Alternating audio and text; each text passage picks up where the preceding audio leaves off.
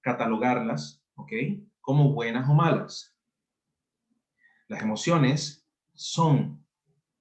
Y si las emociones son, quiere decir que no puedo rechazar una parte de ellas, pues son evolutivas, son biológicas. Entonces, si yo rechazo la tristeza o rechazo la rabia, ¿qué voy a encontrarme?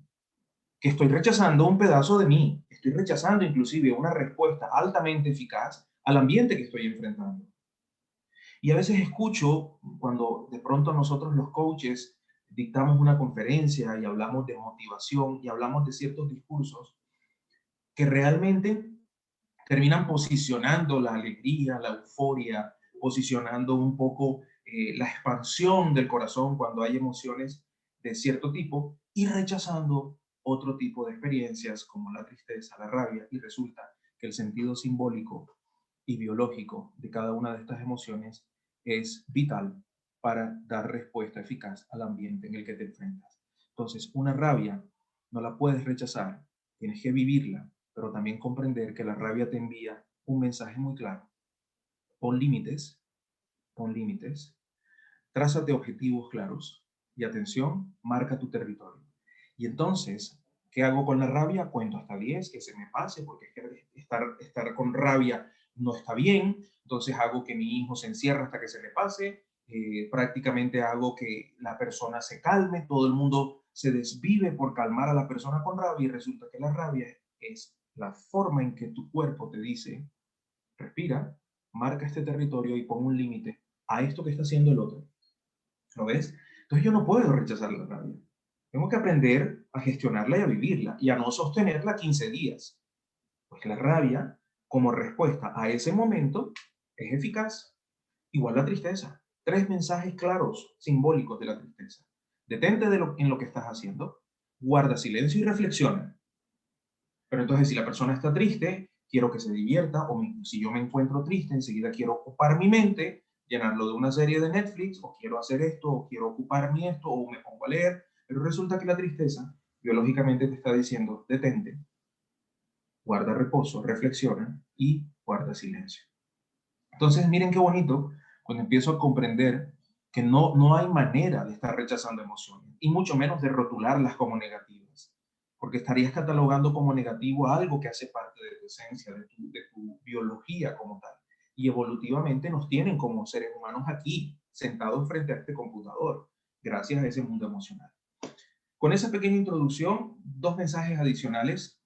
Uno, aproveche este momento al máximo. Le voy a agradecer de pronto a algunos de ustedes enciendan su cámara para poder interactuar con sus rostros. Vamos a tener el micrófono apagado, pero en lo ideal podamos encender la mayoría de nuestra cámara. Y si llega a haber alguna interferencia con la voz o algo, pues nada, la apaga porque de pronto es un tema de conexión. Ese es el primero. El segundo, este espacio es para usted. Por tanto, de usted dependerá qué provecho le saca. Imagínese que está frente a un buffet, que en los buffets es donde reparten comida y uno se sirve al gusto. Entonces usted va a coger su plato y se va a servir lo que es de su gusto. Lo que no es de su gusto, usted simplemente no se lo echa a su plato. Entonces habrá cosas que generen movimientos internos y incluso repudio, y usted dirá, pues no me sirvo esto. Sigo adelante en el buffet y me encuentro con un plato exquisito que precisamente cuando Edison mencionó algo me sonó mucho, resonó mucho, entonces me sirvo de eso. Y voy a tener así el plato que viene a mi gusto. Ya veo algunos rostros, mil gracias. Ya con ustedes voy a interactuar, sobre todo porque yo acabo de terminar una conferencia donde precisamente estaba haciendo este ejercicio. Y después de muchas sonrisas, muchos rostros sonrientes, cuando entramos en el meollo de las emociones, ya no había una sola sonrisa. Y esto es importante validarlo, porque es cuando estás comprendiendo. Comprender no es cómodo, ¿saben? Comprender duele. Y es probable que escuchar cosas que no son agradables no es nada agradable. Y no vengo seguramente a generar un espacio de comodidad, un espacio ojalá de incomodidad, pero sobre todo de comprensión. No hago alarde de indisponer a las personas, pero sí hago alarde de acompañar a las personas a que comprendan como yo lo hago, porque tengo una certeza, yo estoy junto a ustedes con la total convicción de que yo necesitaba este espacio para mí. Y por eso cuando justo dice, Edison muy bondadosamente ha sacado un espacio en su apretada agenda, yo soy totalmente egoísta, es que lo estoy sacando para mí, porque de ustedes voy a aprender y porque de ustedes voy a escuchar el sentir del Perú y porque de ustedes voy a escuchar lo que realmente está resonando en términos emocionales y con ustedes voy a aprender. Entonces, justo que te quede claro que también me estoy aprovechando aquí de tus profes. Así que con todo el afecto, realmente listos para empezar. Y el último mensaje, todo lo que usted escuche aquí, no lo refiera a nadie. Es decir, uy, ¿cómo le vendría de bien a mi suegra esta conferencia? Uy, ¿cómo le vendría de bien a mi esposo esta conferencia? Si mi hermano estuviera aquí, sería buenísimo para que escuche esto. Uy, esto le sirve a los profes de la institución educativa tal, le sirve, pero le encaja como anillo al dedo. Siempre estoy pensando que el otro necesita, y resulta que soy yo. Entonces, hoy, dedíquese a usted, evite pensamientos donde usted evoca a otros para que realmente aplique esto y vívalo intensamente. Haremos un par de ejercicios, interactuaremos tanto con el micrófono, pero también lo vamos a hacer a través del chat. De pronto habrá preguntas muy puntuales y usted en el chat me escribe ágilmente su respuesta. Y yo iré leyendo algunas, en algunos casos, en otras iremos haciendo ejercicios donde les pediré abrir su micrófono. Hasta aquí creo que nos queda un poco claro esta introducción. Yo también voy a compartirles pantalla para estas diapositivas. Las tendrá también justo, al final no se las mandé antes para que se las enviara, pero sí les garantizo que van a recibir este material. ¿Listo? Y no sé justo si estás por ahí, que hay personas que me piden ingresar, yo les estoy dando a admitir cuando me aparecen, pero de pronto se me escape alguno para estar pendiente. ¿Listo? Bueno, muy bien. Entonces, No te preocupes, Edison, que estoy acá también dándoles a admitir a todos los que ingresan. súper. Entonces, en mi relación con las emociones, digamos que cuando justo me dijo qué título va en la conferencia, yo le dije, comprender las emociones, un camino de posibilidades. Esto me ha movilizado durante todo este tiempo de pandemia. He podido acompañar a aproximadamente a unos 35.000 maestros a nivel virtual y ya he empezado a hacerlo presencial. Ya empiezo esta semana a viajar mucho y seguramente esas 35.000 personas con las que he estado interactuando, hemos podido crear un espacio y un vínculo donde reconocemos una realidad que no sé si está pasando en el Perú, ustedes me la confirmarán. Por primera vez, el sector educativo está expresando honestamente cómo se siente. ¿A qué me refiero? Por primera vez, un rector puede llorar frente a su comunidad. Por primera vez, un maestro expresa su tristeza a sus compañeros sin temor a ser juzgado. Por primera vez, aparece la compasión como un elemento que de pronto estaba ahí, pero muy disfrazado del rostro seguro que tenemos que tener, vaya creencia, los maestros para tener autoridad al momento de enseñar. Qué creencia tan dolorosa y triste pensar que la forma en que yo transmito un conocimiento y la autoridad me la otorga el no ser sensible. Y esto lo encontramos en Colombia muy, muy marcado en los directivos que nunca mostraban vulnerabilidad, incertidumbre, miedo, sino que siempre se mantenían con esta postura muy del ego, de estar por encima del bien y el mal, de superar absolutamente todas las pruebas. Entonces digo que por primera vez nos ha pasado mucho, al menos en mi país, me encantaría saber cómo está pasando en Perú, que el sector se está manifestando y está expresando cómo se siente. Y por eso escuchaba a una secretaria de educación de un municipio hablando con un rector y le decía, no rector, usted no puede ponerse débil. Recuerde que usted es la cabeza. Sabemos que murió el compañero y el maestro tal, pero usted no se puede mostrar débil ante sus compañeros. Usted es la figura fuerte, el que arrastra ese barco y por tanto, si usted es el capitán de ese barco, usted tiene que estar seguro de sí mismo. Apenas la secretaria que yo iba en el vehículo al lado de ella, cuelga la llamada, le digo, mi secretaria, le voy a decir algo con todo el respeto.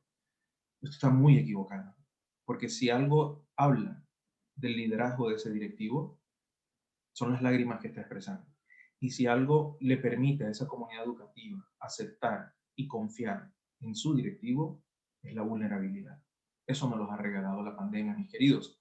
Y nos los ha regalado sobre todo porque Estamos viviendo situaciones adversas y que han tocado a la puerta de casa que no esperábamos en lo más mínimo. No lo esperábamos, no lo esperábamos. Entonces, cuando te llega esta información y llega de repente, adivina cómo reaccionas. Pues reaccionas con el recuerdo de tus ancestros, cómo hemos enfrentado históricamente la muerte, cómo hemos enfrentado y cómo nuestros ancestros, en nuestro inconsciente colectivo, cómo se ha reaccionado frente a la muerte, cómo se reaccionó frente a la pandemia del siglo pasado. Y todo eso e información viene viajando genética, epigenéticamente, de generación en generación, y hoy nosotros buscamos dar respuestas a través de ello. Porque si surge la compasión en nuestro sector, de la mano va la comprensión. Entonces, de la mano va la posibilidad que a nivel de instituciones educativas, compañeros no se señalen, no se critiquen, no se guarden rencor o resentimiento, sino que se cooperan, se colaboran. Algo que pues está ratificado no solo por la naturaleza, sino por la misma historia de la humanidad. Es la cooperación lo único que nos rige. Que de tercos todavía sigamos centrándonos en competir, que de tercos todavía sigamos centrando en esa creencia de que estamos separados, es una cosa. Pero la realidad es que estamos más unidos que nunca. Y por eso un profesor, un coach de Colombia les está hablando. Y es lo que muestra que estamos conectados. No hay muestra más clara de comprensión, de una creencia, de una conciencia de unidad, el hecho de que ustedes vayan a estar esta semana escuchando personas no solo de otros países, sino escuchando en la misma frecuencia y en la misma vibración y en la misma resonancia los mismos discursos con otras palabras. ¿Por qué? Porque nuestro inconsciente está reflexionando a partir de esa compasión, de esa conexión profunda y de una conciencia interesante de lo que realmente implica vivir emocionalmente, vivir las emociones. Por eso entonces, si comprendo las emociones, pero sobre todo si comprendo mis emociones, se me abre un camino de posibilidades para comprender al otro, para interactuar con el otro y a través del otro poder seguir caminando. Muy bien, vamos a ir avanzando en la presentación. Quiero empezar con esta frase, que la vi precisamente en una conferencia de Rick Corbera en una ocasión. No sé si sea de él, pero con la frase me permitió a mí, digamos, hacer muchas reflexiones para mi vida personal. Usted si tiene su cafecito, si tiene allí su té, lo que tenga, adelante. Aquí estamos en una sala compartiendo la vida. Así que disfrútese también su espacio. Nosotros somos jardineros, la mente es el campo, las semillas son los pensamientos y todo eso lo regamos con las emociones. Somos jardineros, la mente es el campo, las semillas son los pensamientos y lo regamos con nuestras emociones. ¿Qué quiere decir entonces regar con las emociones ese campo que es la mente y esas semillas que son los pensamientos? Que el equilibrio que hace que tu jardín florezca es la forma como vives a diario. Es la conciencia que tienes de cuántos estados emocionales transitas diariamente. Desde un pico de estrés, ansiedad por alguna situación explícita, hasta un momento valle de tranquilidad mientras te tomas un café, hasta un momento de rabia porque efectivamente algo no salió como esperabas, o por una conversación que tuviste y que realmente escuchaste algo que no querías escuchar. Todo esto, esta comprensión, te permite buscar ese equilibrio, porque cuando comprendes que los picos emocionales por los que transitas a diario son los que te mantienen tu corazón latiendo, vas a poder entender que eres tú quien puede cargarlos de equilibrio y coherencia o de toxicidad y total incoherencia. Entonces resulta que somos mitómanos expertos con respecto a nuestras emociones. Basta que alguien te pregunte después de una discusión con tu pareja, ¿cómo estás? Y tú finjas diciendo, todo en orden, echando para adelante, ahí voy caminando. Y esta incoherencia lo que hace es que ese jardín recibe ese nivel de incoherencia y para florecer va a tener muchas más dificultades.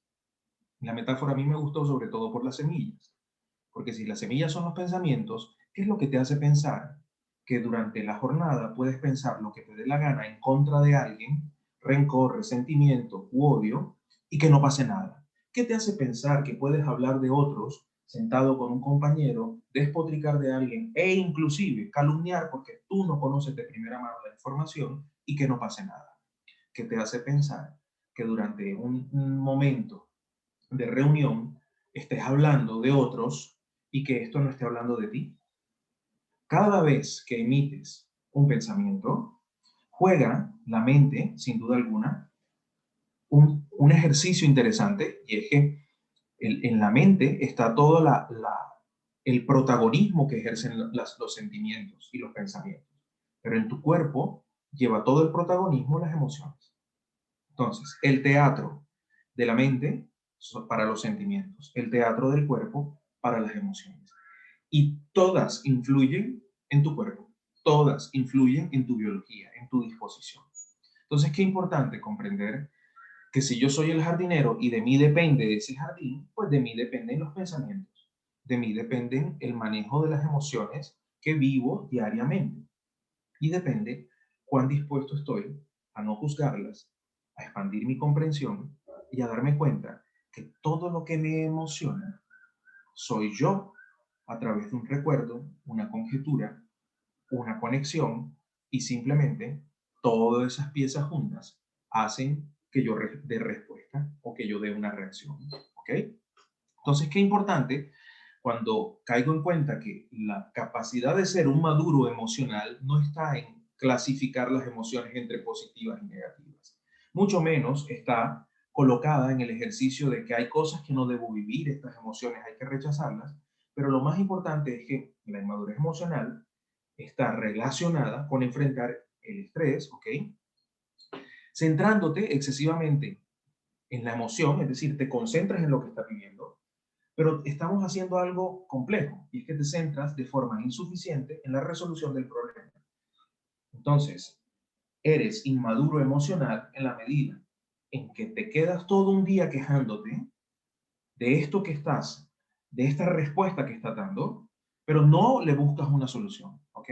Entonces, los conflictos siguen sin resolverse, se continúan repitiendo una y otra vez en tu vida hasta que eres capaz de solucionarlo. Y la forma de solucionarlo no necesariamente es hacer algo,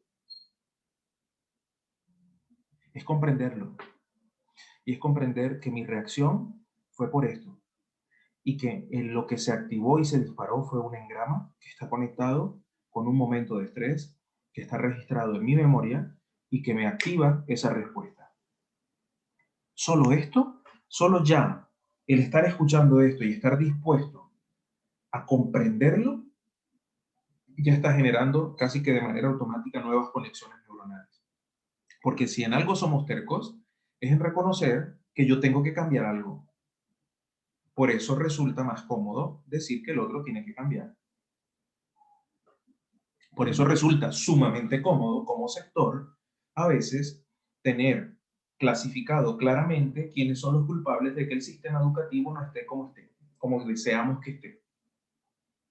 Entonces, la postura de la queja, el juicio y el señalamiento, y no lo digo por hacer parte de un gobierno específico, lo estoy diciendo por la convicción que me da el hecho de que desde la queja no comprendes, desde la queja alimentas los mismos problemas, las mismas necesidades, pero cuando lo comprendes, realmente das un paso y te das cuenta que si tú te haces cargo y eres responsable, eres tú quien le da la posibilidad a tu entorno que efectivamente se movilice hacia ese estado de coherencia. Entonces, ojo con ese jardín, porque el jardín está o floreciendo o está, y ahorita nos mostraban, no por casualidad, porque no creo en ellas, nuestro compañero, el abono, ¿no? Y esto es producto seguramente de mucho esfuerzo, de mucho estudio, de mucha investigación, y es lo que tratamos de hacer hoy aquí nosotros. Nosotros podemos darle un fertilizante eficaz a nuestra vida, a nuestra mente, y nuestra mente crear un estado de coherencia donde esa vibración genera el entorno coherente que tanto necesito. Y esa reciprocidad entre entorno-individuo, y digo reciprocidad, que tú alimentas y que te alimentas de él, depende en gran parte del poder que le deja a esos pensamientos. ¿Ok?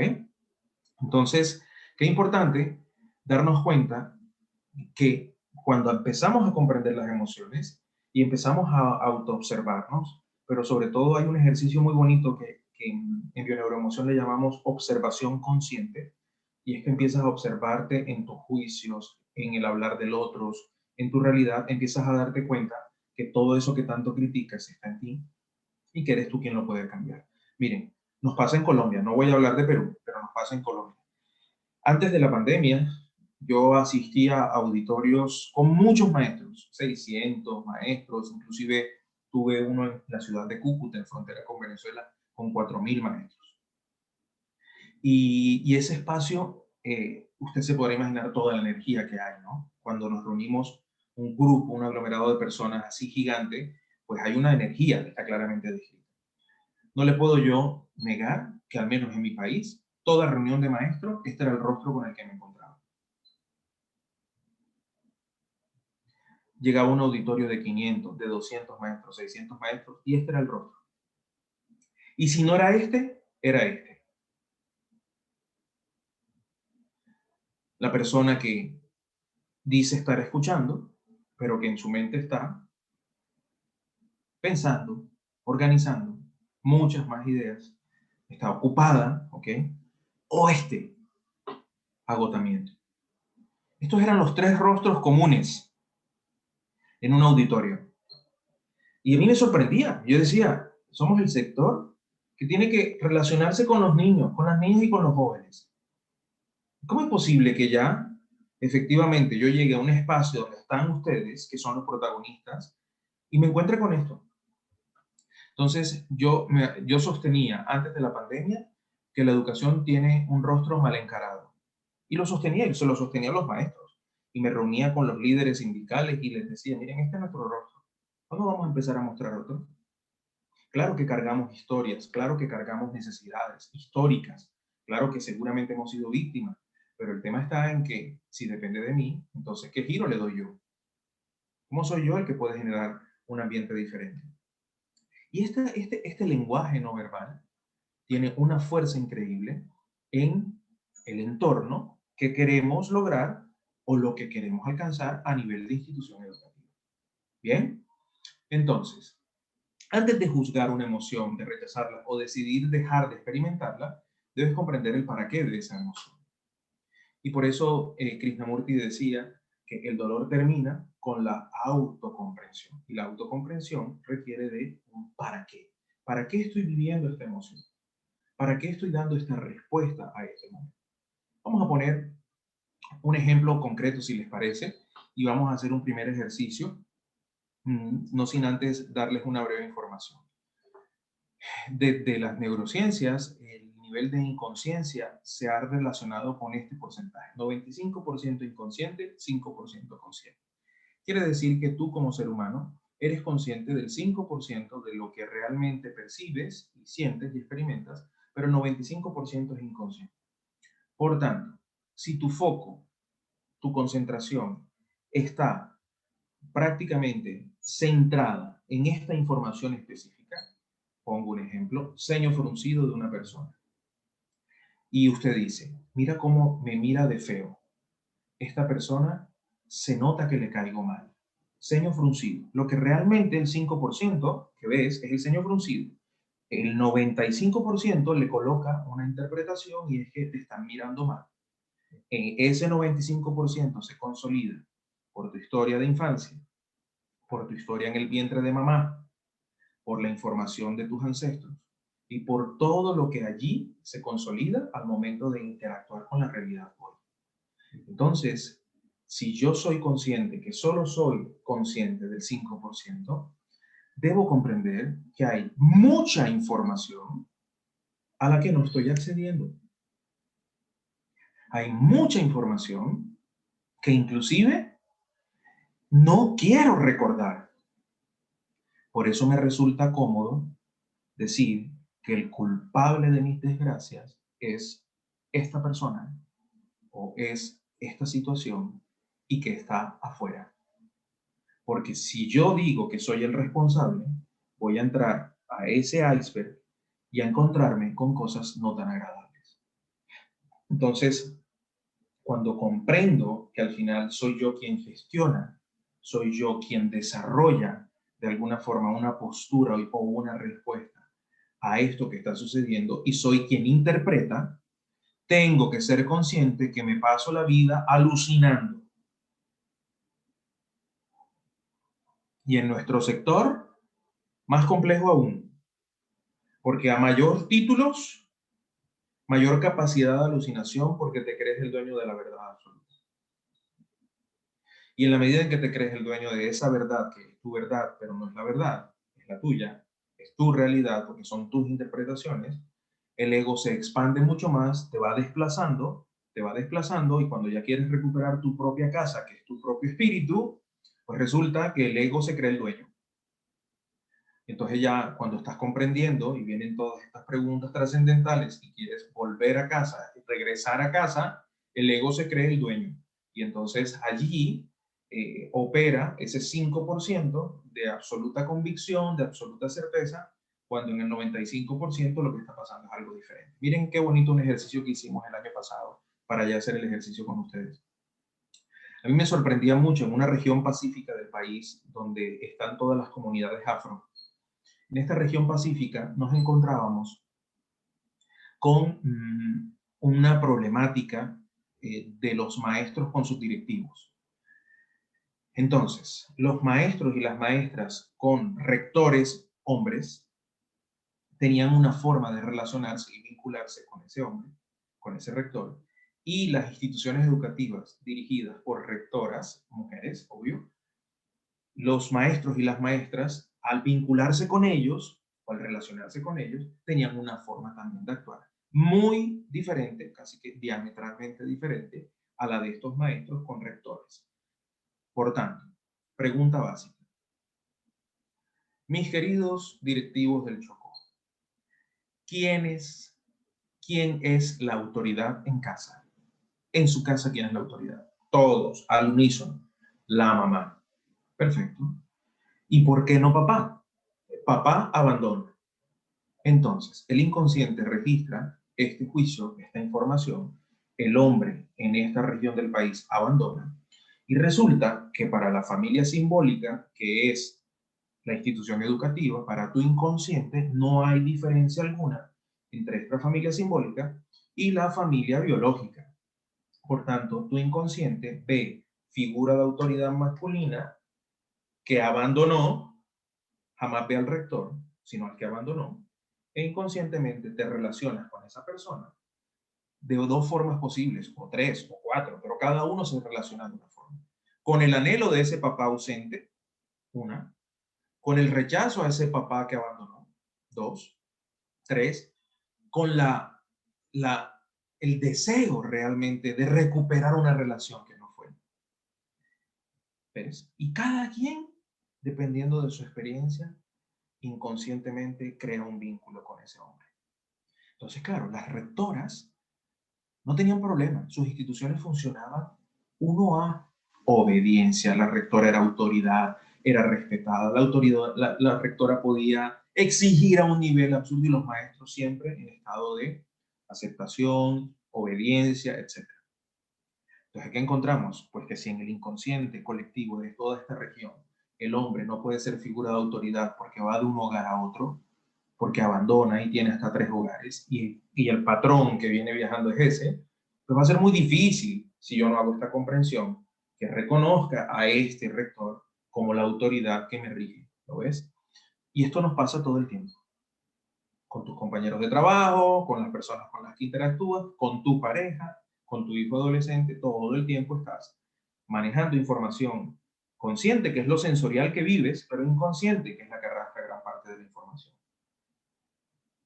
Entonces, por eso, vamos a hacer un ejercicio muy sencillo, donde yo quiero que recorramos por algunos estados emocionales y le coloquemos algunas etiquetas. ¿Listo?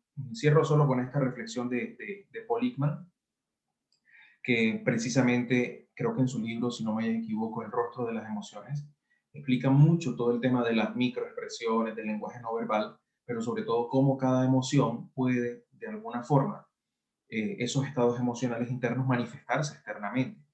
pero complementado por Lisa Feldman, esta neuróloga, psicóloga, neuropsicóloga, que hace todo un análisis después de 25 años, dice, no son solo los rostros, son los recuerdos. Y por tanto, esos estados emocionales internos que tú has vivido afloran, son conjeturas y aparecen. Y resulta que tú no comprendes, pero cuando comprendes, sabes que tienes el dominio de esa emoción por encima de cualquier cosa. Es decir, tú puedes realmente dominar tus emociones más de lo que crees. Porque si son recuerdos, yo puedo cambiar mi forma de percibir ese recuerdo. Y si dejo a un lado el rencor, asumo el perdón, pero asumo sobre todo una lectura distinta, compasiva de lo que pasó, mi emoción cambia. Bien, entonces, vamos a hacer un ejercicio. Yo quiero que cada uno de ustedes, todos los que están participando, evoque la situación de estrés más reciente que haya usted experimentado. Ojalá no sea un estrés agudo, complejo, pero si lo ponemos en una escala de 0 a 10, un estrés o un conflicto nivel 6, por decirlo así. ¿Qué quiero que hagamos? Ubique un conflicto, ojalá interpersonal, donde haya tenido un altercado con alguien, ¿ok? Donde usted esté directamente involucrado, es decir, que no se trata de un conflicto, de una noticia que vio y de cómo está el país, no, se trata de algo en lo que usted esté involucrado directamente y que sea interpersonal, es decir, que sea con otro individuo. El estrés más reciente. ¿Listo? Vaya pensándolo, vaya ubicándolo allí en su mente y le voy a pedir que teniendo presente ese recuerdo, ¿ok? Ese recuerdo, le ponga una etiqueta a lo que pasó. ¿A qué me refiero? A que si el conflicto lo tuve esta mañana, tempranito, o lo tuve hace una semana, y lo que pasó fue que discutí con el rector, o discutí con un compañero, o tuve un conflicto donde sentí rabia, o donde me sentí muy triste, o donde me sentí frustrado, quiero que le ponga una etiqueta a esa escena de conflicto como si fuese una serie de televisión, como si fuese una película, pero que usted lo etiquete, le ponga una etiqueta, como si usted fuese productor de cine y esa escena la va a pasar a una película, usted le tiene que poner título a esa película. Entonces voy a dar unos minuticos, ¿ok?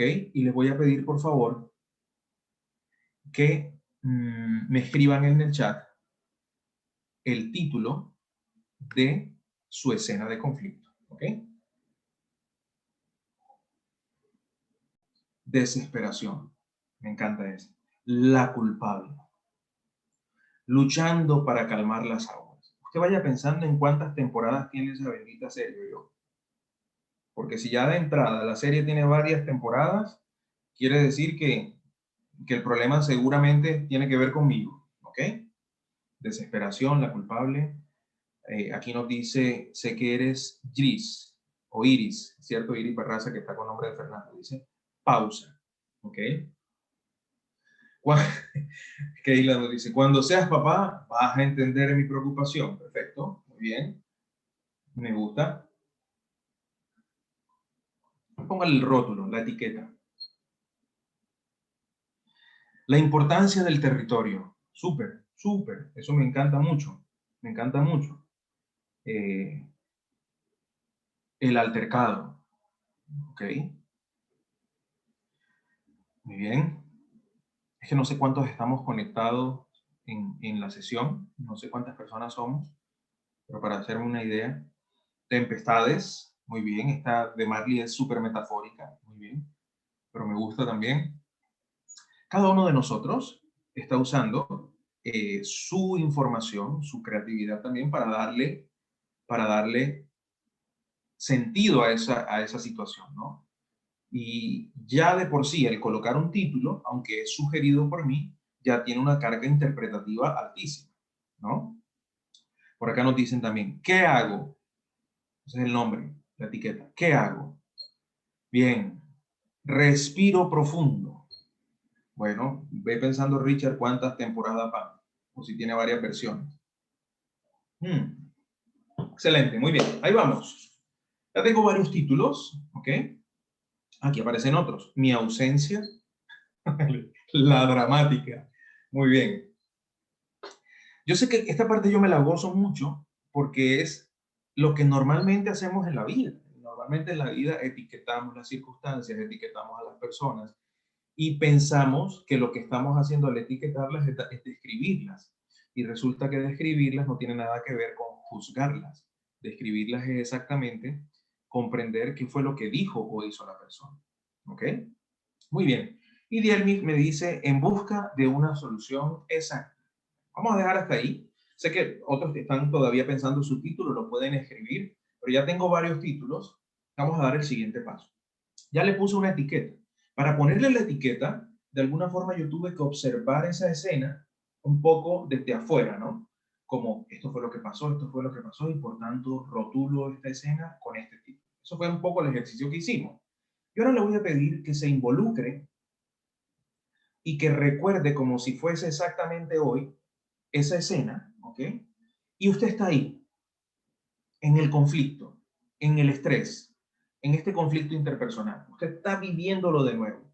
Y estando en ese momento, yo quiero que ubique cuál fue el momento preciso en el que usted se alteró, en el que usted se disgustó, en el que usted reaccionó, pero quiero que ubique algo tuvo que haber pasado en esa situación para que usted lo catalogue como conflicto y le haya puesto un rótulo. ¿Está claro?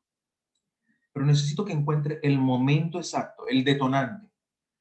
No puede ser el detonante algo como cuando me irrespetó, porque eso es un juicio. ¿Qué fue lo que hizo la persona? No, es que dijo esto, perfecto. Dijo esto y ahí fue mi momento de mayor estrés. ¿Ok? Entonces, el momento de mayor estrés, que es captado sensorialmente, quiero que usted lo ubique en esa escena de conflicto y trate de describirme en el chat dos cosas. Primero, qué emoción afloró y segundo, en qué parte del cuerpo la sintió. ¿Ok? ¿Qué emoción apareció y en qué parte del cuerpo? Esas son las dos cosas que quiero en el chat. No quiero que me describan el momento puntual, pero sí qué momento fue la emoción que apareció y en qué parte del cuerpo la encontré. Entonces usted escribe, por ejemplo, eh, miedo, estómago. Eso es lo que quiero que veamos en el chat. ¿Listo?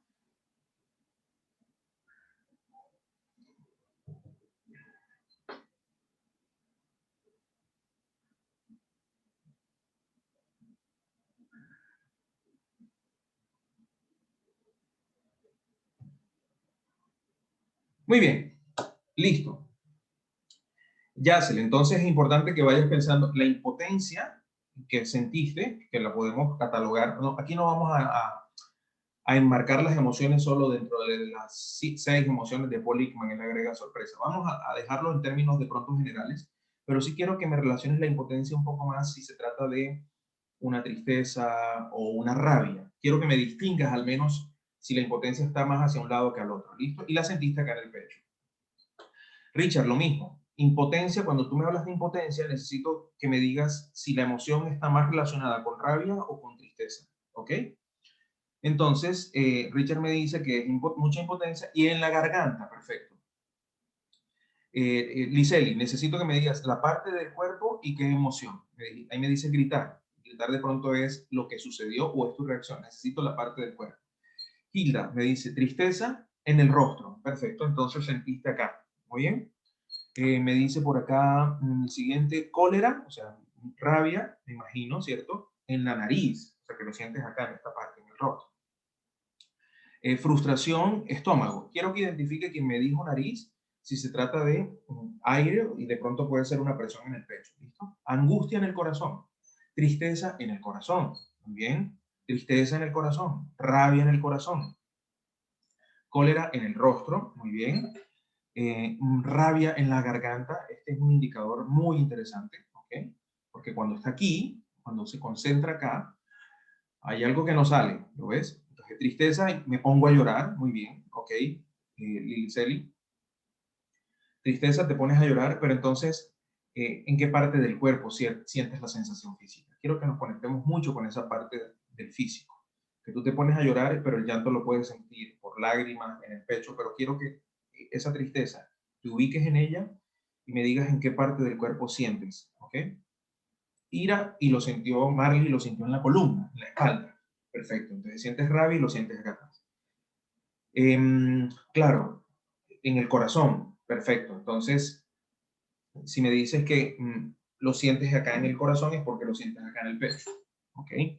Dolor en la cabeza, ¿ok? La importante, este dolor, ¿qué es? Tristeza, es rabia, dale un poquito más de claridad para que tú también comprendas que ya sé que está aquí en la cabeza, pero ese dolor exactamente está relacionado con alguna emoción que puede ser más. Por ejemplo, yo he aceptado como emoción angustia, ¿ya? Porque sé que está relacionada mucho con el perder el control, etc. Presión en el pecho, tristeza, nos dice Tania, rabia en el corazón, y hay un rechazo en tu mente, pero la rabia la sentiste en el pecho. Lo importante es esta de acá, ¿ok?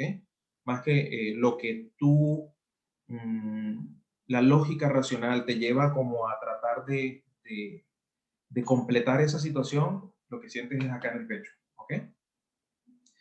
Rabia en la garganta. Perfecto, ahí ya tenemos muchas. Tarea importantísima, muy importante. Necesito que ubique la sensación física. Totalmente. Es decir, yo le voy a pedir que por favor, voy a dejar de compartir un momento. La sensación física es lo más importante. Ya aquí vamos a dejar a un lado la emoción, pero necesito que usted se conecte con lo que sintió y en la parte de su cuerpo que la sintió. Vamos a hacer un ejercicio muy breve, ¿ok? Y necesito que usted se conecte sobre todo con la sensación física. Vamos a hacer un ejercicio de un minuto, 2 minutos máximo, donde a través de esta sensación física yo voy a guiarles en un ejercicio. Si quiere usted, si le es cómodo, cierre los ojos, si no quiere, pues no lo cierre. Pero la idea es que usted, allí en su lugar, donde está cómodamente escuchando esta intervención, necesito que por un instante se conecte con esta sensación. Entonces, si la sensación fue en el pecho, pues coloque su mano en el pecho. Si la sensación fue en la cabeza o en la cara, coloque sus manos allí. Si fue un poco en los brazos o en los hombros, sí, trate de llevar siempre una mano, pero lo más importante es que usted enfatice esa sensación física, esa respuesta física. Respire profundo y quiero que se dé el permiso de volver a vivir esta incomodidad. No es la primera vez que usted siente esta sensación. En otros momentos de su vida, usted la ha experimentado. Y quiero que esta sensación física se permita traer a su mente en qué otros momentos usted lo ha sentido. Sin juzgar, sin interpretar, simplemente deje que su mente le traiga imágenes de un momento diferente al que vivió recientemente, pero en el que la sensación física también estuvo presente. Si es en el pecho, en la cara, en la cabeza, pero necesito que se quede con esa sensación y que deje que su mente traiga otros momentos. Es probable que a algunos les llegue de inmediato. La idea es no quedarse ni detenerse en ese momento, sino tratar de ubicar un momento bastante distante en el tiempo, preferiblemente en su infancia, donde usted haya experimentado esta sensación física. Ubique la sensación física, enfatícela y la primera imagen que le venga de su infancia, de su adolescencia, quédese con ella. Si no le llega, no se preocupe, quédese con la que apareció. Pero si le llega una imagen de su infancia con esta sensación física, quiero que observe qué pasaba, qué sucedió, en dónde está y algo muy importante, a quién necesitas para resolver eso que está sucediendo. Puede que ni papá ni mamá estén presentes, pero alguien necesitas acudir a alguien para resolverlo. Puede que esté presente y necesitas decirle algo al oído, Pero lo que sí quiero es que te conectes con esa sensación física y con esa necesidad. Respira profundo.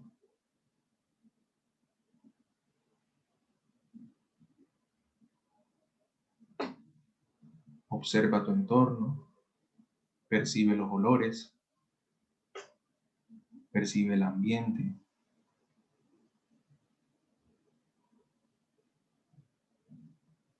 Y pide ayuda a quien tengas que pedir ayuda. ¿Listo? Si quieres, vuelves a respirar. Si tenías los ojos cerrados, puedes abrirlos lentamente, mirar hacia el techo un poco para disociarte. Y volvemos acá. ¿Bien? Pregunta para responder por el chat. Sencilla. ¿Alguien logró una escena de su infancia?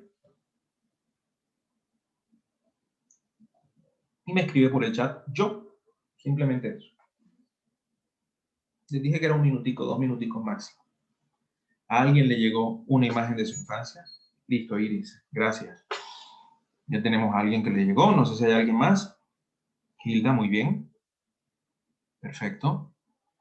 Tania, excelente. J. Manuel también. Sonia también. Yacel también. Liliceli, perfecto. Ok, tenemos varios y tenemos hombres y mujeres que lograron esa escena. ¿Ok? Bien, perfecto.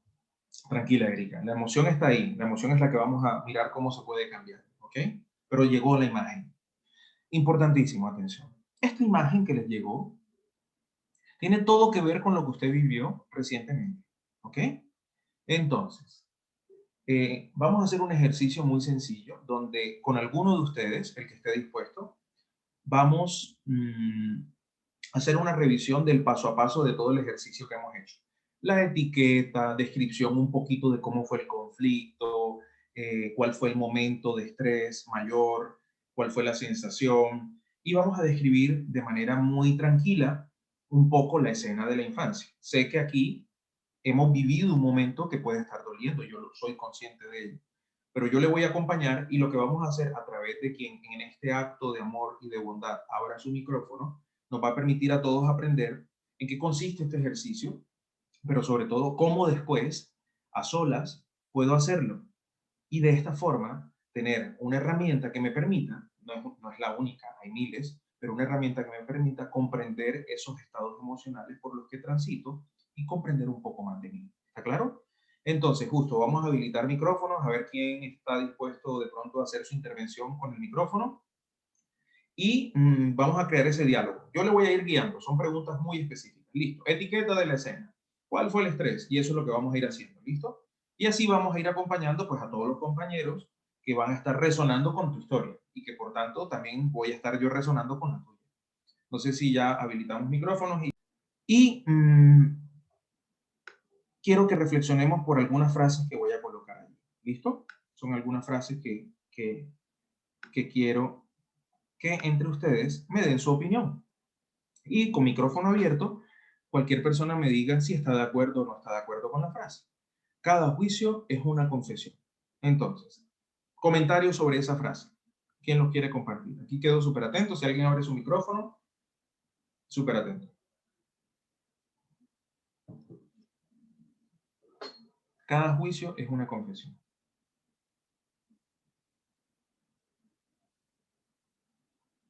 ¿Quiénes están de acuerdo con la frase? Edison. Sí, por favor, adelante. Edison, disculpa, habla Fernando. Dale. Sí, a mí me parece muy importante porque a lo largo de la experiencia de vida que uno tiene, descubre que lo que la persona, el juicio que hace una persona hacia otra, en realidad está exteriorizando su inconsciente, sus propias debilidades, sus propios temores. Yo creo que es más su miedo. Es lo que nos ocurre, ¿no? Es el miedo, ¿no? Por eso todos los juicios que se hacen hacia el comportamiento de otras personas es por el miedo, ¿no? El miedo a salirnos de lo que consideramos normal. Perfecto, perfecto.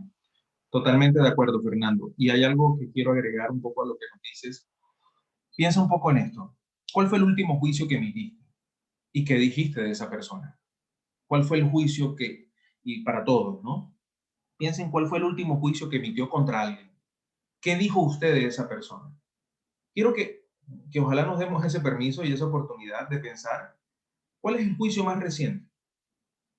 ¿Cuál es el juicio más reciente que usted haya emitido contra alguien? Puede ser de casa, puede ser cualquier persona. Pero ¿cuál es? Si quieren en el chat me lo pueden escribir. ¿Cuál fue el último juicio que hayas emitido? Al menos 3, quiero ver 3 juicios allí. Porque esa es nuestra vida, ¿no? Diariamente lo hacemos. Diariamente estamos juzgando. Pero ¿cuáles fueron mis últimos 3 juicios? Y le voy a compartir tantas preguntas me sea posible que usted se puede hacer a partir de ese juicio. ¿Listo? ¿Cuál fue el juicio más reciente? Si quieres, Fernando, si tienes el micrófono, nos lo puedes decir o escribes en el chat también. ¿Cuál fue el juicio más reciente? Irresponsable. Perfecto. Irresponsable. Entonces ahora piensa, pregunta. Puedes perfectamente hacerte las siguientes preguntas. ¿En qué aspecto de mi vida tengo que empezar a dejar de responder porque no lo quiero hacer? Y el acto de mayor coherencia sería dejar de responder. Esa es una pregunta. Pero una posible pregunta también es, ¿no será que la irresponsabilidad del otro, ¿ok? La irresponsabilidad del otro está mostrándome de alguna u otra forma mi propia irresponsabilidad? No, Edison, es que yo no soy irresponsable. Yo soy una persona sumamente responsable, soy puntual, hago las cosas rectamente, etc. Bien, entonces, si yo cuestiono al otro por su irresponsabilidad, ese otro está haciendo algo que me muestra una parte de mí que está en mi sombra, pero me muestra algo, ¿ok? Entonces resulta que en el fondo a mí me encantaría ser tan tranquilo como él. Y ser tan tranquilo como él implicaría soltar este control y soltar esta carga que llevo. Y te puedes hacer así tantas preguntas hasta que llegues a la comprensión que es la respuesta que está en ti, ¿ok?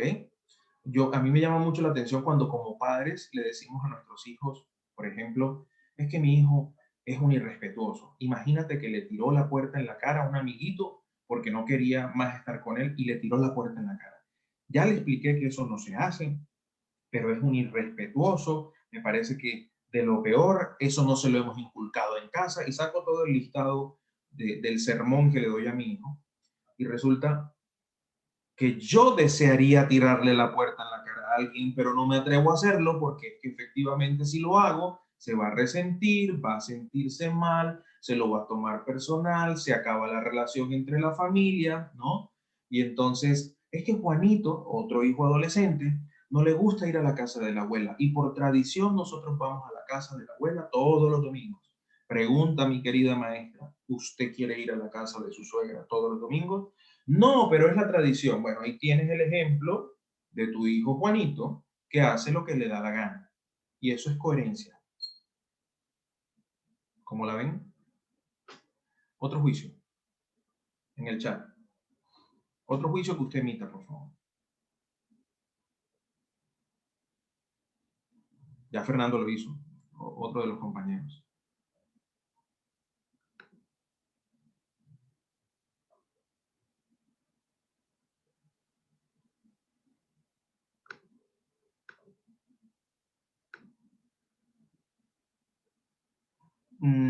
Para poderlo entender. Ok, vámonos con inmaduro.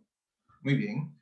Para Erika, que la persona sea inmadura, tiene unas particularidades, ¿no? La persona está haciendo cosas o está diciendo cosas que para Erika su interpretación le lleva a darle ese juicio. Es una persona inmadura. Piensa, Erika, en qué hace la persona o qué deja de hacer para que tú le llames inmaduro y piensa eso, cómo se relaciona contigo. ¿Ok? ¿Cómo se relaciona contigo? Es decir, claro, si me lo explica cada uno qué hace la persona, yo le voy a dar una información mucho más directa. De momento la doy simplemente desde la historia mía personal, con mi agenda, con mi información. ¿Qué hace una persona inmadura? No, pues es que una persona inmadura se comporta como un niño ya siendo un adulto. Bien, ¿y qué hace?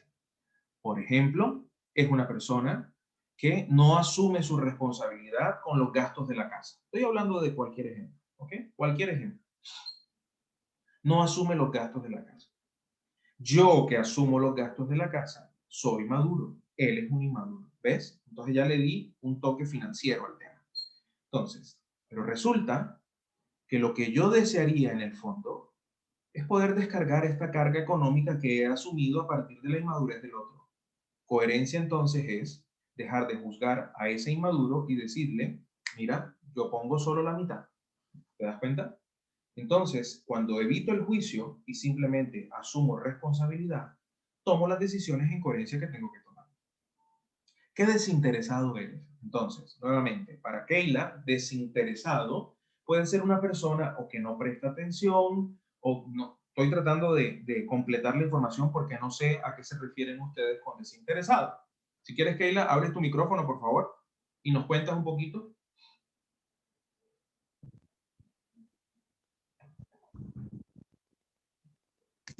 Buenos días. Desinteresado. Bueno, ¿Qué hace la persona o qué deja de hacer cuando es desinteresada? bueno, cuando la persona deja de preocuparse, quizás por los demás, ¿no? Súper, súper. Esta persona es Cuando hay un desinteresada. problema y se Perfecto. desinteresa, no, es indiferente a las cosas. Se desentiende de los demás, piensa en sí mismo, no le importa al otro. Perfecto, eso es lo que tienes que hacer tú. Que vives pensando en los demás, que vives en función del otro, que vives en función del que todo el mundo esté bien y nunca piensas en ti. ¿Lo ves? Estoy hablando, no sé si ese sea tu caso, mi querida Keila, pero quiero que veas que esta es la otra forma de mirarlo. El hecho de que tú juzgues a alguien porque no le interesan las personas, es probable, muy probable, que tú tengas que empezar a mirar que piensas demasiado en los otros y poco en ti. Entonces llegó el momento de interesarte en lo que tú verdaderamente quieres y no estar complaciendo a todo el mundo con lo que quiere. Por eso termino juzgando, porque eso que esa persona hace es lo que de pronto yo quisiera de alguna u otra forma vivir. Atención, mi querida Keila. Puede que esto no tenga nada que ver contigo, pero adicionalmente, la persona desinteresada, que yo puedo catalogar como egoísta o como que se desentiende de todo, me evoca un momento de mi infancia de alguien que no pensaba en nadie en casa y ahí está toda la información que empieza a reconectarse, que se completa y me lleva a emitir el juicio. ¿Ya lo ves? Cada uno vaya pensándolo para sí mismo. Por eso yo estoy tratando de leer el juicio y de hacerle preguntas. Algunas veces hago afirmaciones. Es probable que no tenga nada que ver con usted, pero es una manera de poderlo leer diferente, porque siempre existe la posibilidad de cambiarlo. Aquí me dice, no cambia. Este es un juicio. Es decir, que esta persona siempre es la misma, no quiere cambiar. Bueno, entonces, cuando hago esto, ahora hago esto. ¿En qué tengo que cambiar yo para que la vida me coloque a alguien que no cambie? Si la vida me tiene al lado de alguien que no cambia, ¿no será que soy yo el que tiene que tomar la decisión de cambiar? ¿Lo ves? Eres un pulpo. Cuéntanos un poquito, Marco. Este juicio de pulpo es que acapara todo, lo abarca todo, agarra todo. ¿De qué se trata un poquito? Si nos cuentas, le hacemos las preguntas.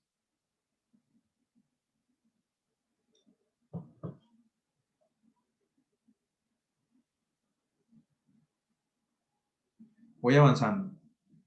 No me comprendes. Bien. No me comprendes. Es decir, que esta persona es incomprensible. ¿Ok? Esta persona no hace el esfuerzo de comprenderme. ¿Para qué necesitas que te comprendan?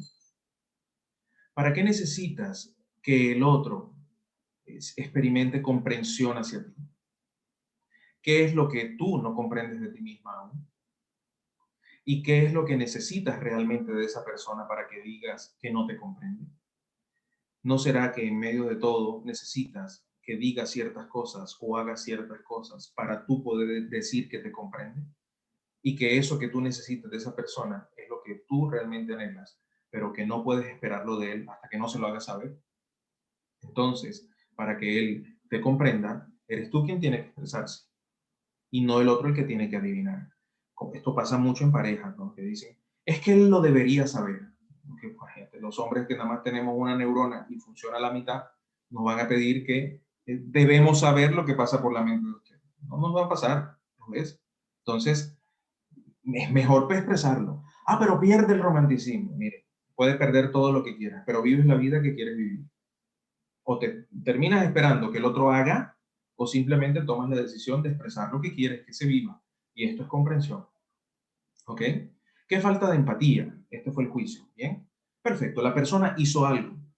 ¿Cierto, mi querida Sonia? Hizo algo para que tú digas que no tiene empatía.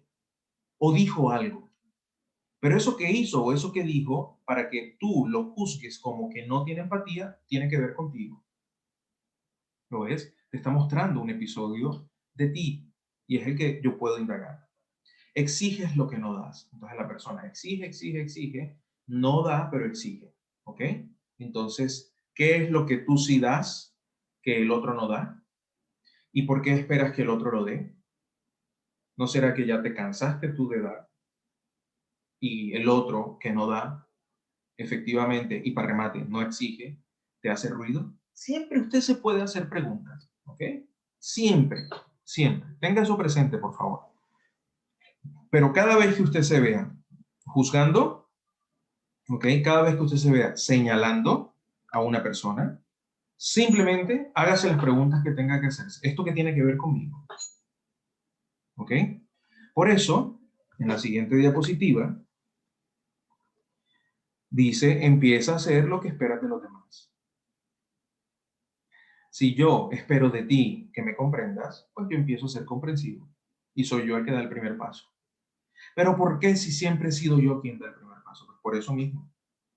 Porque ya la vida te colocó a ti para que seas tú quien dé el primer paso y haya cambios afuera. Es que el otro tiene que darlo. No, tú eras así, te quedas ahí toda la vida, esperando a que el otro haga un cambio. Por eso también el otro título, ¿ah? No cambia, como juicio. Pues resulta que el que tiene que cambiar soy yo. Empieza a hacer lo que esperas de los demás. Ahí está la magia, ahí está la fuerza.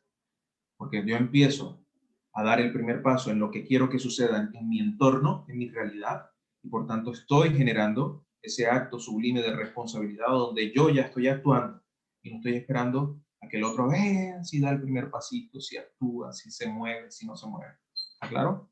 Muy bien. Entonces, ¿cómo vamos hasta aquí? Vamos a hacer un breve corte. ¿Alguna pregunta hasta el momento? ¿Alguna opinión? ¿Algún comentario que ustedes quieran hacer? Ya se me perdió el mouse por aquí. Y aquí está. Vamos a compartir la pantalla. Yo sé que estoy compartiendo pantalla, ¿sí? ¿O no? ¿Me confirman, por favor? No se ve, no se ve. Ok, ya la voy a compartir. Un segundo. Entonces, ¿qué ven ustedes en pantalla, por favor? ¿Qué se observa? Como una columna, una espina doblada. Ok, una columna, una espina. ¿Qué más? ¿Alguien más? Una curva, Una lombriz. una lombriz. Muy bien. ¿Qué más ven?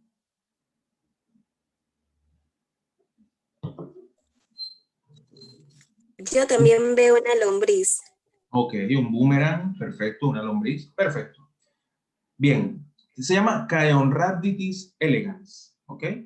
Esto es un gusano a través del cual se hizo un ejercicio para la conexión de todas, como el genoma prácticamente, ¿ok? Entonces, ¿qué hicieron? Cogieron el cerebro de este gusanito, que realmente es muy pequeño, y su cerebro tiene el tamaño de 1 milímetro cúbico. Y encontraron que en ese milímetro cúbico había 300 neuronas y 7000 conexiones neuronales. Y expandieron el mapa de precisamente el conectoma, por decirlo así, de ese cerebro, de ese gusano. ¿Listo? Todo el conectoma. Entonces ahí está. Cada nodo que usted ve, cada palabrita en blanco fuerte, es precisamente una conexión neuronal. ¿Okay? Y todas esas redes que se ven son las conexiones que están allí. Y los nombrecitos en blanco son neuronas, son las 300. Y las 7000 rayas que usted ve ahí son las conexiones. Bien, esto es 1 milímetro cúbico de un gusano. El cerebro humano, en la misma cantidad, es decir, en 1 milímetro cúbico del cerebro humano, hay 100.000 neuronas y 1.000 millones de conexiones neuronales. ¿Está claro? Es decir, si usted coge el cerebro de ese gusanito, que es 1 milímetro cúbico, y extrae de un cerebro humano 1 milímetro cúbico, hay 100.000 neuronas y 1.000 millones. Ellos están tratando, desde hace más de 25 años, establecer el conectoma de un cerebro humano en pequeñas cantidades para luego, por medio de la inteligencia artificial, comprender más sobre el cerebro. Así llevan ya 25 años. ¿Listo? Pero en medio de esa grandeza, en medio de esta información, piense cuánta información hay en su cerebro para que usted me diga o trate de explicarme que es que su emoción se debe a esto o a esto otro. Nunca reaccionamos igual. Por eso Lisa Feldman dice que las emociones son conjeturas, las emociones son recuerdos, que en algún momento yo percibo a través de mis sensores, por decirlo así, a través de mis modalidades sensoriales, el olfato, la vista, el tacto, percibo esa realidad exterior y mi cerebro la completa con las interpretaciones y con los recuerdos. Bien, ya lo hicimos con el gusanito. Ahora, ¿qué ven ustedes en pantalla? Abriendo micrófono para no expandir el chat. ¿Qué parece? El cuerpo de una cebra. Bien, el cuerpo de una cebra. Aquí, lo que está pasando en este instante, mientras ustedes me dicen que ven, su cerebro está haciendo esto, vean. Maquinando, conectando, buscando similitudes. Todo eso está pasando en segundos a través de millones de neuronas. ¿Está claro? Esta experiencia, que ya se lanzó nuestra compañera a decir el cuerpo de una cebra, ¿qué más? ¿Qué más dicen ustedes? ¿Qué más ven por ahí? Conejos, liebres y también Conejos. delfín. Ok. Es probable que... Manchas. Dime. Manchas. Manchas. Rostros. Perfecto. Manchas. Rostros. Cuerpos. Rostros. Bien. ¿Qué puede estar pasando? Palmeras. Palmeras. Palmeras. Perfecto. Miren lo que... Es más, el que ya dijo que vio, es probable que pare su búsqueda. ¿Ves? Pero queda así como mirando y dice, bueno, pues sí, una palmera. Perfecto. A este estado, Lisa Feldman le llama ceguera experiencial. Es decir, usted no tiene ni idea de lo que hay ahí. ¿Ok? Y lo que pasa en su cerebro cuando usted comprende de dónde viene esta emoción y esta reacción, se llama efectivamente hacer conciencia o comprender las emociones. Esto es lo que había en la imagen. Es la misma. ¿Lo ves ahora sí? Y ya de por sí, la serpiente genera más de uno una reacción, una forma de reaccionar. Aquí está la imagen y aquí está la imagen. Es exactamente la misma. Esto es lo que estamos haciendo en esta reflexión y en este taller. Es que comprendas que tus emociones, además de ser evolutivas, biológicas, son una respuesta eficaz. Y que la forma como te emocionas, como algunos de ustedes al evocar la infancia, algunos lloraron, otros sintieron rabia, esas emociones son las que tú puedes transformar porque tienes la capacidad de ir al pasado y recordarlas con una mirada distinta. Tú puedes crear una comprensión y una compasión. Yo se lo decía aquí a unos maestros cuando me hablaban mucho de cómo perdonar el abandono, o cómo perdonar el maltrato, o cómo perdonar cuando papá nunca estuvo, o cómo perdonar, y en muchas ocasiones, atención, el dolor que termina en tu corazón ni siquiera te pertenece, te fue inculcado, porque escuchaste los juicios que emitía mamá hacia papá, o porque escuchaste los juicios de papá, y te quedaste con esa información. Pero cuando eres compasivo, y simplemente comprendes y das las gracias por la vida, no hay rencor alguno que albergar, no hay resentimiento alguno. Yo no te digo que te reconcilies con las personas que consideras enemigas, pero sí te digo que comprendas que llegaron a tu vida para transmitirte y enseñarte una nueva mirada, pero sobre todo para que completes esa información. El cerebro no deja situaciones inconclusas jamás. El cerebro simplemente busca completar esa información con miles de millones de neuronas trabajando al mismo tiempo y por tanto tú tienes el control sobre tus emociones más de lo que podrías imaginar. Eres tú quien las domina. Por tanto, este ataque de ira profunda que siento, o de dolor o tristeza, como nos lo dijo la compañera, a través de lo que dijo mi marido, yo entiendo que no es por lo que él acaba de decir, es por la información que yo traigo. Y por tanto, juzgo esta postura de él a través de esos recuerdos y a través de todas esas conjeturas que ha hecho mi cerebro. Tengo el dominio de cambiar mi percepción y de saber que lo que él hizo y que yo juzgo como algo que ha hecho adrede o que me ha generado dolor, comprendo que yo me he hecho dolor a través de su frase o a través de lo que dijo. Y yo me he maltratado a través de esa persona. Pero la persona de pronto ni siquiera tiene la intención de hacerlo. Y si la tiene, por algo estás con ella. Están allí como maestros recíprocos el uno del otro. Estás allí para comprender cada vez más. Entonces, esas emociones que parece que me suceden realmente son creadas. Tú las creas con toda esta información. Si evolutivamente el miedo siempre ha sido para cuidarnos y estar atentos, lo sigue siendo igual. Si el repudio, el asco, ha sido históricamente, evolutivamente, para no acercarme a lo tóxico, para no morir envenenado, sigue teniendo el mismo efecto simbólico. ¿Para qué soporto un ambiente tóxico de maltrato 20 años? No sé si pasará en Perú, mis queridos, pero en Colombia me he encontrado con maestras al servicio de la educación 30, 35 años que son maltratadas por sus maridos. Y que ese maltrato, al final, realmente consideran que se lo merecen. Y esto es inconsciente, porque hay una fuerte creencia que les fue inculcada desde niñas. Mi abuela, de parte de mamá, decía Dios y hombre. Y eso es una creencia. Entonces, al hombre no se le responde, al hombre no se le dice, al hombre siempre se le baja la cabeza, y esa creencia viene viajando de generación en generación.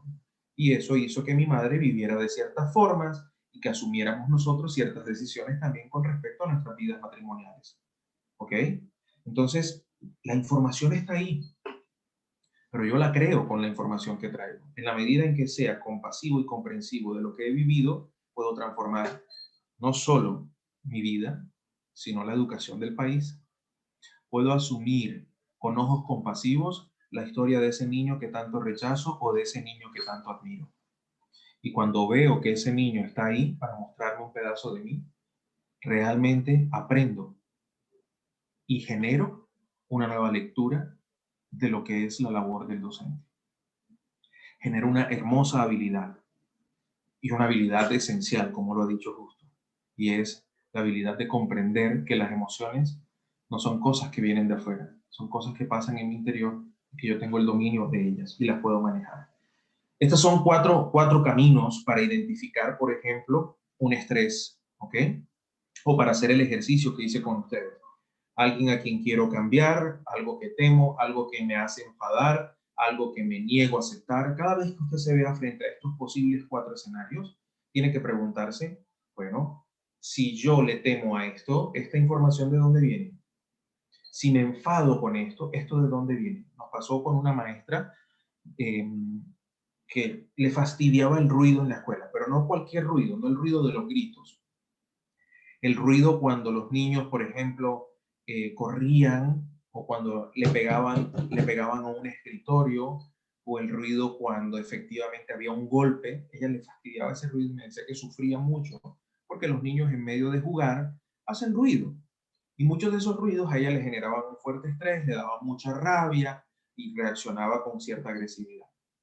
Encontramos que realmente el engrama que se disparaba cada vez que había ruido era que cuando ella tenía 9 años y la guerrilla se tomaba su pueblo, ella vivía en la casa al lado de la estación de policía. Por tanto, cada cierto periodo, la guerrilla llegaba a atacar el comando de policía y ella recuerda cómo papá se encargaba de meterlos a todos debajo de la cama, y papá, mientras los metía a todos, estaba expuesto a que una bala entrara, ¿no? Entonces, ella recuerda ese ruido de la metralla, efectivamente como papá está en peligro, podemos morir. Cada vez que ella escucha ese ruido en su institución educativa o escucha un ruido similar, se activaba el engrama y le entraba ese pánico, le entraba ese miedo profundo. miedo que lo traducía en una emoción distinta, que era rabia hacia esos niños que hacían el ruido, que era la rabia que nunca pudo manifestarle a quienes atacaban a su pueblo. Siempre estamos completando la información, nunca queda la información inconclusa. A partir de esto, mis queridos, mi invitación con todo el afecto es que propendamos cada vez por relaciones de calidad. Y las relaciones de calidad están en que cuando yo comprendo cómo vivo mi mundo, cómo vivo mis emociones y me hago responsable de ellas, voy a comprender cada vez más las del otro. Y voy a darme cuenta que la torpeza emocional que veo en el otro es mía. Y que yo sigo siendo el torpe emocional que tiene que seguir mejorando, que tiene que seguir comprendiendo cada vez más. Cuando usted tiene esa herramienta que lo hace poderoso, usted empieza a comprender el mundo de forma distinta. El estudio más largo que hizo la Universidad de Harvard de la vida como tal empezó en los años 30 y hasta el 2011 arrojaron los resultados. Fueron casi 70, 80 años de estudio, donde, para resumir el cuento, realmente con todos los testeos que hacían a los hombres de dos barrios distintos, unos estudiantes de Harvard y otros de un barrio vulnerable en Boston, les hicieron seguimiento con testeos, con tags cerebrales, pruebas psicotécnicas, psicológicas, pruebas de salud, pruebas de sangre, durante todo ese tiempo. Luego involucraron a sus esposas, luego otro director ya involucró a las familias, a sus hijos, y testearon. ¿Qué encontraron? El resultado es sencillo. Aquellas personas que viven una vida sin juicios, aquellas personas que orientaron su vida a tener relaciones de calidad, a comprender al otro, a aceptar al otro, eran más longevos y eran mucho menos propensos a enfermedades realmente cancerígenas y enfermedades crónicas. Aquellos que se preocuparon por el éxito, por alcanzar la gloria, por darle prioridad a su trabajo, por darle prioridad a sus metas propuestas y que alimentaban su ego a través de ese crecimiento que era adquirir más y adquirir más, morían mucho más temprano y efectivamente tendían a desarrollar enfermedades crónicas agudas. Por eso cierro con la frase que empecé. Somos jardineros, la mente es el campo, las semillas son los pensamientos y regamos todo eso con las emociones. ¿Con qué emociones estás regando hoy tu diario vivir? Muchísimas gracias. Quedo aquí atento si hay preguntas, si hay inquietudes,